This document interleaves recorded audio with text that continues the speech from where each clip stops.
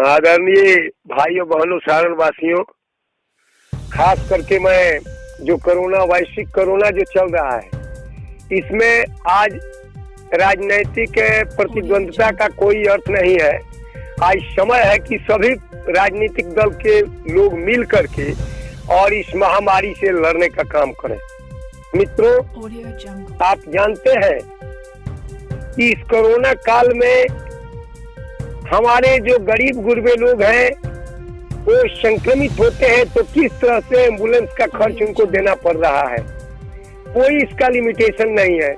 और ऐसे में यदि हमारे भारतीय जनता पार्टी के राष्ट्रीय प्रवक्ता महोदय बोल रहे हैं कि सारण जिले में पूरे भारतवर्ष में सबसे अधिक सांसद निधि के जो एम्बुलेंस है पूरे भारतवर्ष में सबसे अधिक है, 50 कार्यरत है और 30 बैठे हुए हैं।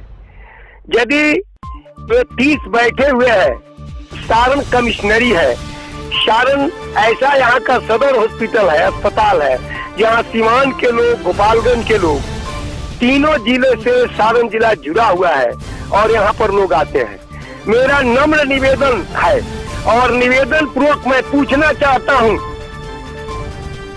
सारण के प्रमुख जो राष्ट्रीय प्रवक्ता भी हैं राजीव प्रताप रूडी जी से मैं पूछना चाहता हूं कि आप बोल रहे हैं कि 30 एम्बुलेंस है और किसी व्यक्ति पर आरोप लगा रहे हैं कि आप इसको चलवाइए, तो मैं पूछना चाहता हूं, आप अभी जीते हुए हैं, आपको जनता जितवाई है, आप यहाँ पर प्रशिक्षण भी चलवाए चालकों का और प्रशिक्षण चला करके जितने चालक हैं क्यों नहीं 30 चालकों को बुला करके आप चलवा रहे हैं। इस कोरोना काल में आप सबसे सर्वशक्तिमान है कि एक शक्तिशाली पार्टी है जो राष्ट्रीय पार्टी है, उसके आप राष्ट्रीय प्रवक्ता हैं और आपका इस तरह से अखबार में बयान आना कि 30 एम्बुलेंस पड़ा हुआ है जिसको चालक हो चलवा ले, यह बयान सुशोभित नहीं करता है।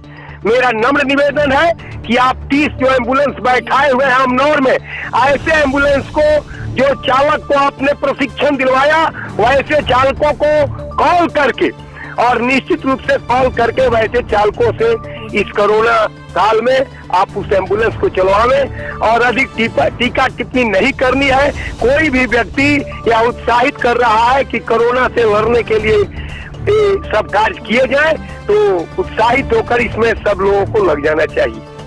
दूसरी तरफ मैं पूछना चाहता हूँ, बिहार सरकार जो इस वैश्विक कोरोना में जिस तरह से हेल्थ डिपार्टमेंट में नियुक्तियां कर रही है, यह नियुक्तियां किसी खास एक जिले से नहीं होना चाहिए और जितने राजनीतिक दल के लोग हैं, सोशल वर्कर हैं, इनसे राय लेकर के और वैसे व्यक्तियों को नियुक्ति करनी चाहिए जो योग्य व्यक्ति हो, किसी एक जिले से नियुक्ति नहीं होनी चाहिए।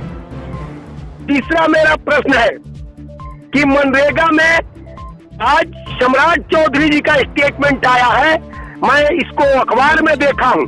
सम्राट चौधरी जी बोले हैं कि जिला परिषद के जो भी सदस्य हैं वैसे सदस्य को 3 से 5 करोड़ रुपया खर्च करने का अधिकार है। मैं पंचायती राज मंत्री से पूछना चाहता हूँ, मेरा नाम उमेश्वर सिंह उर्फ मोनी जी हुआ, मैं सारण के धरती का पुत्र हूँ, मैं पूछना चाहता हूँ कि 3 से 5 करोड़ रुपया खर्च कैसे होगा जब पंचायत डिजॉल्व हो जाएगा और ऐसी स्थिति आ गई है कि पंचायत को डिजॉल्व करना पड़ रहा है। ऐसे परिस्थिति में 11 रुपये का हेर फेर नहीं होगा, ये रुपये के लूट के लिए सारे कार्यकलाप चलाए जा रहे हैं और सम्राट चौधरी जी का स्टेटमेंट आया हुआ है कि 3 से 5 करोड़ रुपये खर्च जो जिला परिषद के सदस्य हैं वो कर सकते हैं।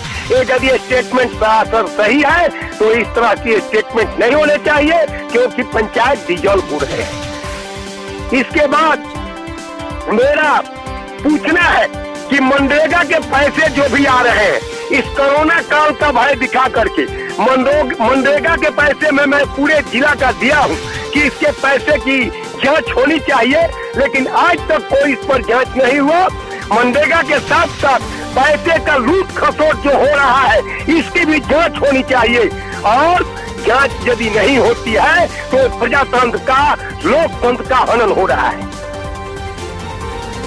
इसके साथ मैं ये भी पूछना चाहता हूँ कि आज ये दिखाए जा रहे हैं कि पूरे जिले में किसी प्रकार की दवा की कमी नहीं है लेकिन क्या ड्रग इंस्पेक्टर से लेकर के जो रीजनल लाइसेंस अफसर है इस कोरोना काल में भी पैसे कमाने का एक कार्यकलाप चला रहे हैं। सबसे बड़ी बात है कि केवल दवा की दुकान ही खोलनी है, और सी दुकानें हैं लेकिन दवा की दुकान सबसे प्रमुख है। मैं पूछना चाहता हूं, मैं खास करके जो केमिस्ट मंत्री हो, बिहार के रसायन केमिस्ट मंत्री हो, या मुख्यमंत्री की जिम्मेवारी हो या उप मुख्यमंत्री की जिम्मेवारी हो, मैं पूछना चाहता हूं क्या कितने दवा दुकान है उतना फार्मासिस्ट का आपने तय किया? क्या उतना फार्मासिस्ट तय करके बहाल किए? यदि नहीं बहाल किए तो क्यों इस तरह का हेर फेर हो रहा है? करोड़ों रुपए का लूट क्यों हो रहा है? इसका जवाब चाहिए। जय हिंद, जय भारत माता। जो मेरी आवाज वाणी को सुने वो समर्थन करे, भारत के हो, बिहार के हो या सारण के धरती के पुत्र हो। यदि मैं गलत बोलता हूं तो इसका विरोध होना चाहिए, यदि मेरा बात सत्य है तो इस पर लोग समर्थन करें। जय हिंद, जय भारत माता।